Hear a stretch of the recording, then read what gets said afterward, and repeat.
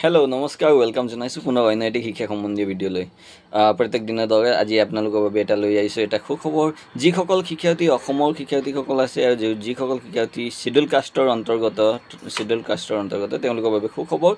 অসম চৰকাৰৰ অসমৰ শিক্ষামন্ত্ৰী ডাঙৰীয়া ডক্টৰ ৰনোজ পেগু ডাঙৰীয়াই তেখেতৰ ফেচবুক পেজতো এটা এডভাৰটাইজমেণ্ট দিছে তাত য'ত মেনশ্যন কৰা আছে যিটো এডভাৰটাইজমেণ্টত মেনশ্যন কৰা আছে যিসকল শিক্ষাৰ্থী শিডিউল কাষ্টৰ আছে আৰু তেওঁলোকে যদি ভকেশ্যনেল কোৰ্চ ল'ব বিচাৰে নৰ্থ ইষ্ট স্কিল চেণ্টাৰ অন্তৰ্গত ASDM আছাম স্কিল ডেভেলপমেণ্ট মিছনে তেওঁলোকৰ বাবে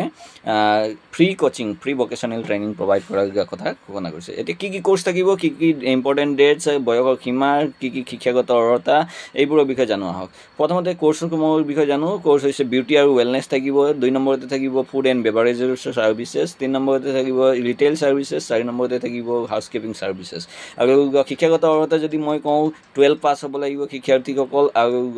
17 বছৰৰ পৰা 25 বছৰৰ ভিতৰৰ হ'ব লাগিব এতিয়া কেনেকৈ এপ্লাই কৰিব যদি মই কওঁ যিসকল শিক্ষাৰ্থীয়ে এপ্লাই কৰিব বিচাৰে তেওঁলোকে ফিজিকেলি ভিজিট কৰিব লাগিব গড়চুকত গৈ গড়চুকত অফিচ আছে north east skill centre office আছে ASDM অফিচ আছে তাত গৈ তেওঁলোকে নিজৰ ডকুমেণ্টছখিনি লৈ যাব লাগিব য'ত তেওঁলোকে জেৰক্স কপিখিনি সেল্ফ এটেষ্টেড কৰি লৈ যাব লাগিব সেল্ফ এটেষ্টেড মানে হৈছে সেল্ফ সিগনেচাৰ আপোনালোকে জানেই সেল্ফ এটেষ্টেড কৰি ডকুমেণ্টছখিনি লৈ যাব লাগিব আৰু তাতে গৈ জমা কৰিব লাগিব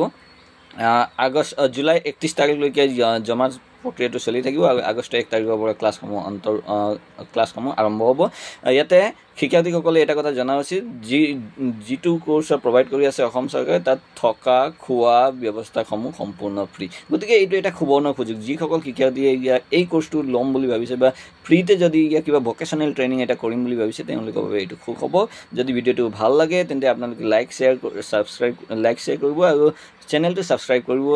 ভিউজটো বহুত আহে কিন্তু ছাবস্ক্ৰাইবটো কম কৰে গতিকে এই ছাবস্ক্ৰাইবটো কৰিব ছাবস্ক্ৰাইবটো হৈছে সম্পূৰ্ণ ফ্ৰী পুনৰ লগ হোৱাৰ আশাৰে আজিলৈ বিদায় থেংক ইউ জয় আই অসম জয় ভাৰত